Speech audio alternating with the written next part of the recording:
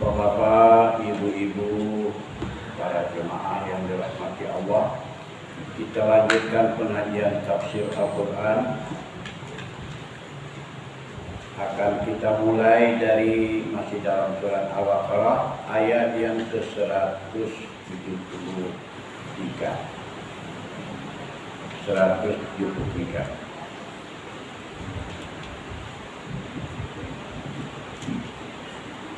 أعوذ بالله من الشيطان الرجيم بسم الله الرحمن الرحيم إنما حرم عليكم الميتة والدم ولحم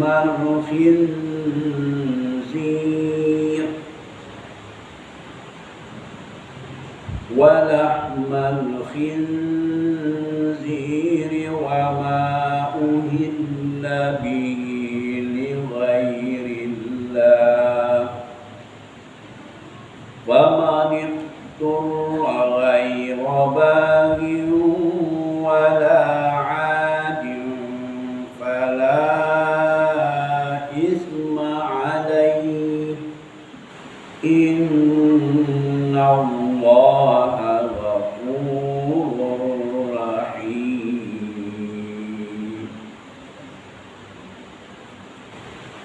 Innama dimulai dengan innama, itu ada hisar, mengkhususkan ya. Kalau kata-kata innama itu untuk mengkhususkan makna di dalam Al-Quran. Hanya yang benar-benar diharamkan, harrama alaikum, hanya yang benar-benar diharamkan Allah atas kamu. Itu maksudnya innama harrama alaikum. Al-maitata, yang pertama yang diharamkan Allah hanya bangkai. Bangkai itu maksudnya hewan yang mati tidak disembelih secara syariat. Itu bangkai. Sebenarnya kita makan bangkai juga, tapi kalau disembelih itu kan hewan mati juga. Kalau disembelih dengan syariat sesuai dengan syariat Islam itu dihalalkan. Yang dikatakan bangkai hewan mati walaupun hewan halal, ayam mati, kambing mati, sapi matinya bukan karena disembelih secara syariat. Yang kedua waddama, darah. Darah maksudnya misalnya kita sembelih sapi, itu darah yang bercucuran itu ditampung, kemudian disimpan dalam satu tempat, nanti dia akan membeku ya seperti agar-agar, lalu digoreng pakai bawang. Nah, kan itu dapat darah yang seperti itu haram. Hanya ada dua darah yang dihalalkan oleh Allah. Yang pertama limpa, yang kedua hati. Kan bentuknya bentuk darah juga. Hati itu bentuknya bentuk darah juga. Di dalamnya ada darah.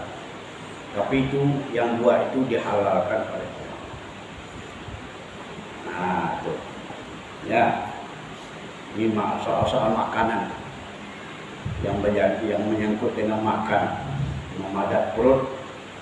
Ini sangat yang prinsip ini sebenarnya diterangkan oleh Allah. Yang kedua darah. Yang ketiga apa? Yang ketiga walahmal khinzir, daging babi, apapun babinya, tidak ada kecualinya babi. Ada yang mengatakan, oh yang diharamkan itu kan babi hutan. Kalau babi yang dipelihara halal. Kalau dalam ayat ini yang namanya babi, khinzir, yang suka makan makanan yang kotor-kotor itu hewannya, itu haram makannya. Lahmal khinzir, kenapa disebutkan lahmal khinzir, daging babi? Itu termasuk juga lemak babi. Kan dagingnya, tidak dagingnya saja, termasuk lemak babi, tulang babi, kulit babi. Jangan dibuat kerupuk kulit dari kulit babi. Itu semuanya diharamkan oleh Allah. Termasuk lahmal khinzir, termasuk daging babi. Tuh, yang selanjutnya wa ma uhilla bihi li ghairillah. Apa yang disembelih menyebut nama li ghairillah, nama selain Allah disebut ketika menyembelihnya, disebut nama selain Allah. Selain nama Allah, nama babi, nama apa, nama berhala, Lata, Uzza, ada lagi nama yang lain, nama-nama berhala disebut ketika menyembelihnya itu adalah haram dimakan. Walaupun ayam, kambing, domba, unta, tapi ketika menyembelihnya itu disebut nama selain Allah. Itu. Makanya menurut syariat Islam, ketika akan menyembelih itu sebutlah nama Allah. Bismillahirrahmanirrahim.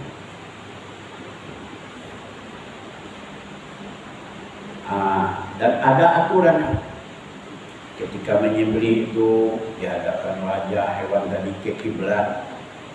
Kemudian dibaca selawat, boleh dibaca takbir. Waktu kabbiru kan ada aturan, baca takbir kalau sudah rebah dia dan jatuh dia ke tanah, baca takbir. Bahkan ketika menyembelih hewan korban itu kan ada yang bentuk penyerahan kita kepada Allah. Hadza minka wa ilaika fataqabbal minna. Rezeki ini daripada Engkau ya Allah, sekarang aku serahkan sebagai korban kepada Engkau. Fataqabbal minna, terimalah ya Allah. Baru dipotong lehernya. Jadi ada pula aturan memotongnya, pisaunya harus tajam. Tidak boleh dengan pisau yang tumpul, nanti hewan itu akan lama menanggung sakit. Jadi itu disebut selain nama Allah. Kalau tidak disebut apa-apa, bagaimana? Nama Allah tidak sebutnya, yang lain juga tidak sebut. Maksud saya disembelih. Menurut sebagian ulama itu boleh. Yang tidak boleh itu disebut nama selain nama Allah ketika menyembelihnya. Kalau misalnya kita berburu kijang, berburu rusa, pakai apa itu senapan. Jadi ketika akan memaku senapan tadi baca Bismillah, lalu ditembak. Walaupun dia sudah mati, kita tidak sempat lagi menyembelihnya, tapi kita temukan dia sudah mati. Itu halal, tidak lagi dinamakan bangkai. Kalau dia sudah mati, tidak perlu disembelih lagi. Tidak perlu disembelih lagi kalau sudah mati. Mungkin pas di kepala di kulitnya peluru tadi menancap di sini langsung mati. Itu boleh. Dengan syarat dalam berburu tadi sebelum menembak itu kita harus baca Bismillah. Menembak kijang, menembak rusa, menembak burung, apapun yang halal, jangan lupa baca Bismillah. Itu namanya menghalalkan. Walaupun sudah ditemukan dalam keadaan mati, tidak sempat lagi memotong lehernya, itu pun sudah halal. Itu keterangannya di dalam kitab fikih menjelaskan tentang makna ayat itu. Wa uhilla bihi li ghairillah. Wa man ittara ghaira baghin wala 'adin fala isma alaih. Fa man ittara, maka siapa yang terpaksa untuk memakan bangkai barang-barang yang tidak halal tadi, apakah bangkai atau daging babi itu misalnya, kalau orang yang terpaksa tidak ada lagi yang akan dimakan, hanya itu. Ghaira baghin itu bukan karena keinginan kita, makanan yang lain ada. Nah, tapi ketika bangkai ada juga, nah, lalu kita pilih juga itu karena kita suka misalnya. Nah, ada kesukaan kita lain, ada pula mental orang suka makan bangkai. Ah, kalau seperti itu terpaksa bukan karena keinginan, wala adil, dan tidak pula melampaui batas. Nah, melampaui batas itu maksudnya tidak ada lagi yang akan dimakan. Cuma ada daging babi 1 kilo. Cuma itu, yang lain tidak ada. Nah, ini kejadian ini ada kemungkinan terjadi pada tentara yang melakukan gerilya di dalam hutan. Tidak ada habis perbekalan makanan, ditangkap lah. Kalau dapat babi ya dapat babi, makan babi. Kalau ular dapat makan ular. Memang begitulah ceritanya tentara waktu melawan, tentara Mesir melawan Israel dulu. Itu ada salah seorang tentara yang saya temui dari Mesir dulu, dia jadi dosen juga di Indonesia. Katanya dia makan tikus, itu halal. Inilah yang kami makan, tikus. Nah, itu namanya darurat, itulah yang maksudnya darurat. Kalau tidak dimakan kita mati. Nah, tapi wala adin, salahnya wala adin, jangan melampaui batas. Kalau sudah kenyang masih tambah lagi. Nah, kalau sudah kenyang berhenti. Keenakan nanti masih dagingnya masih ada. Tapi kalau sudah merasa kenyang, badan sudah merasa bertenaga kembali, berhenti lagi. Nah, itu kata Allah wala adin, jangan melampaui batas, ataupun jangan pula ya banyak-banyak, tidak boleh banyak-banyak. Fala isma alaih. Nah, kalau macam itu tidaklah berdosa memakan. Dalam kondisi yang seperti itu tidak berdosa makan. Nah, innallaha ghafurur rahim, sesungguhnya Allah Maha Pengampun, Maha Penyayang. Itu soal makanan. Nah, tadi katakan di awal ayat hanya yang diharamkan cuma itu, bangkai, darah, daging babi, dan yang disembelih bukan dengan nama Allah. Yang empat ini hanya itu yang diharamkan. Kalau yang lain kalau misalnya tidak ada disebutkan dalam Al-Quran, tidak ada disebutkan dalam hadis, itu boleh dimakan. Boleh dimakan, ya. Tidak disebutkan dalam Al-Quran, tidak boleh, dan juga disebutkan di dalam hadis, itu boleh dimakan. Tapi hukumnya syubhat, tidak tahu halal haram. Tapi kalau tidak jelas halal haramnya, da'ma yaribu ila ma la yarib. Pindahlah dari yang meragukan kepada yang tidak meragukan. Cacing boleh nak makan. Misalnya di sini tak ada dijelaskan cacing. Ada lagi ulama menjelaskan kalau tidak merasa jijik boleh dimakan. Termasuk kodok hijau. Kalau tidak merasa jijik, halal bagi orang yang tidak merasa jijik, dan haram hukumnya bagi orang yang tidak merasa jijik. Ada kesimpulan seperti itu dalam analisa ijtihad para ulama soal makanan. Kalau menjijikkan, walaupun benda-benda yang halal tapi menjijikkan, tidak boleh makan. Haram hukumnya.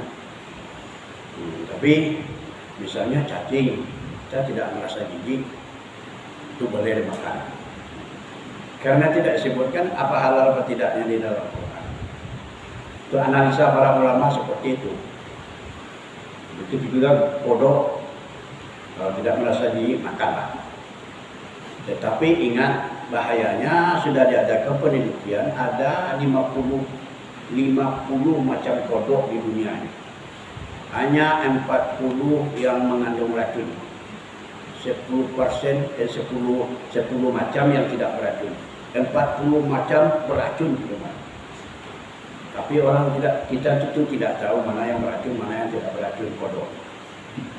Nah, jadi oleh sebab itu, selagi ada telur ayam, telur bebek, ada pucuk ubi, bayam, tunggulah dulu makan itu tuh. Tak usahlah makan kodok, tak usahlah makan cacing, walaupun tidak merasa jijik. Ya, begitulah soal makanan, halal-halalnya soal makanan. Ingat itu. Kalau merasa jijik, walaupun beda itu halal, itu haram makan. Nah, itu ditentukan hanya itu menunjukkan batasan yang diharamkan dalam Al-Quran hanya ini. Yang lainnya itu ada yang nilainya syubhat, meragukan, tinggalkan yang meragukan, pindah kepada yang tidak meragukan. Kalau makan yang haram saya yang mengatakan yang haram Ustaz, tujuan untuk mengobatan gimana? Nah, itulah dari yang tadi itu.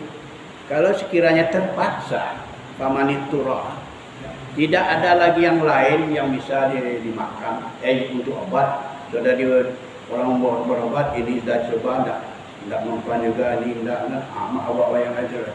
Kata orang makan cecak katanya. Ada orang yang makan cecak, ada semacam penyakit kulit tak bisa sembuh juga dimakannya cecak. Kalau memang penelitiannya, kalau memang tidak ada lagi yang lain, memang itu untuk sekadar obat, jangan makanlah sekadar obat, tapi jangan berlebih-lebihan. Karena terasa enak, tambah lagi. Boleh. Itu saya makan seperti itu. Kalau sudah terpaksa boleh, tapi syaratnya jangan berlebihan. Innalladzina itu sudah habis tuh masalah yang berkaitan dengan makanan. Kita lanjutkan ayat berikut. Innalladzina yaktumuna ma anzalallahu minal kitab. Sesungguhnya orang-orang yang menyembunyikan, yaktumuna, yang menyembunyikan apa yang diturunkan Allah daripada Alkitab.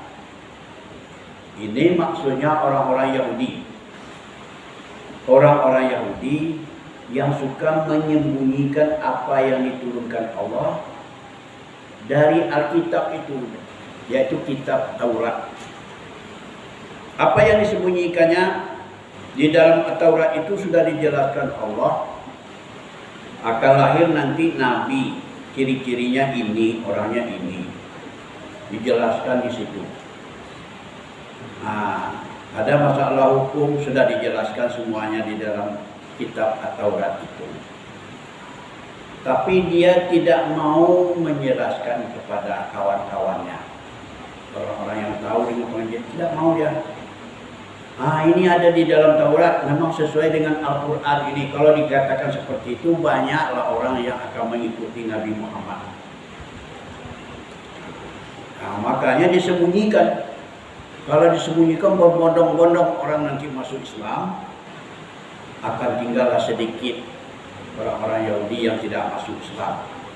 Dan kalau dia mengakuinya, dia akan tergencet, kedudukannya akan dijatuhkan, digantikan oleh orang lain.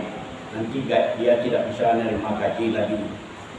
Jadi yang diperjuangkannya masalah materi. Diapanya lah disembunyikannya isi Alkitab itu. Wa yastaruna bihi tsamanan qalila. Mereka belilah isi ayat itu dengan harga yang sedikit. Membeli ayat dengan harga yang sedikit itu apa maksudnya? Disembunyikannya ayat itu karena ingin mendapatkan keuntungan dunia. Keuntungan dunia itu nilainya hanya sedikit di sisi Allah. Sedangkan keuntungan akhirat jauh lebih besar daripada keuntungan dunia. Itu maksudnya. Ulaika ma ya'kuluna fi butunihim.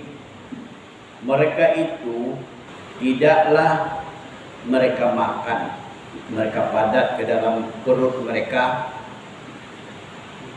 illa nar, kecuali api. Jadi seolah-olah orang itu memakan sesuatu, tidak lain yang dimakannya adalah api. Dia memakan api.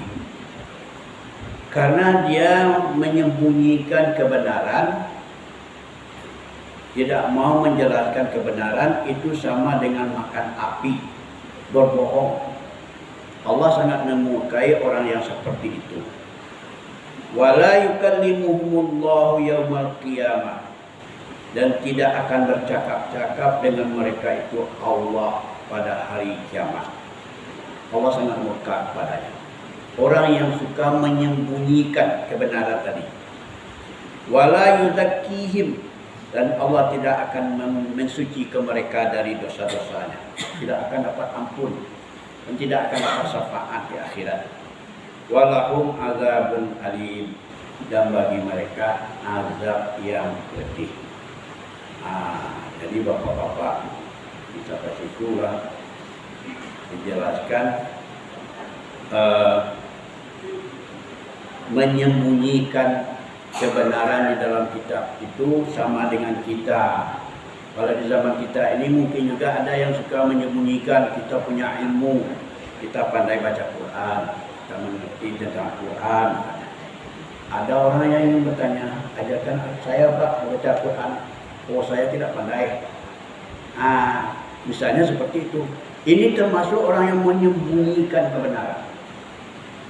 Ada orang yang minta kepada kita, ajarkan saya Al-Quran. Saya belum pandai baca Quran. Saya tidak mau. Saya katakan, saya tidak pandai. Ada pula orang yang seperti itu. Ini sama dengan Yahudi. Termasuk itu. Jadi kalau ilmu, orang meminta ilmu kepada kita, jangan disembunyikan. Terangkan ke dia benar. Jadi kitab yang diturunkan Allah itu adalah kebenaran. Kebenaran itu harus ditebarkan, jangan disembunyikan. Itu maksudnya. Jadi untuk sementara sampai di situlah dulu dua ayat ini, nanti tidak ada lagi waktu untuk bergantian. Demikian saja bapak-bapak dan ibu-ibu. Kita ulang lagi ya. Innama harrama alaikumul maitata waddama wa lahmal khinzir. Hanya yang diharamkan Allah bagi kamu ialah memakan bangkai, darah dan daging babi. Wa ma uhilla bihi li ghairillah, dan apa yang disembelih dengan menyebut nama selain nama Allah. Wa man ittara ghaira baghin wala 'adin fala isma alaih. Siapa yang terpaksa untuk memakannya bukan karena keinginannya dan tidak pula karena ingin berlebih-lebihan, maka tidak ada berdosa atasnya. Innallaha ghafurur rahim. Sesungguhnya Allah Maha Pengampun, Maha Pengasih. Innal ladzina yaktumuna ma anzalallah minal kitab. Sesungguhnya orang-orang yang menyembunyikan apa yang telah diturunkan Allah dari isi Alkitab, wa yashtaruna bihi tsamanan qalila, dan mereka membeli atau menukar dengan harga yang sedikit, dengan harga murah. Ulaika ma ya'kuluna fi butunihim ilan nar. Mereka itu tidaklah memakan ke dalam perut mereka itu kecuali api. Wala yukallimuhumullahu yaumal qiyamah, dan tidaklah akan bercakap-cakap Allah pada mereka pada hari kiamat. Wala yuzakkihim, dan juga Allah tidak akan mensucikan mereka dari dosa-dosanya. Walahum adzabun alim, dan mereka akan mendapat siksaan azab yang pedih. Demikian saja, terima kasih. Lanjutkan dengan baca terjemahkan secara bergantian.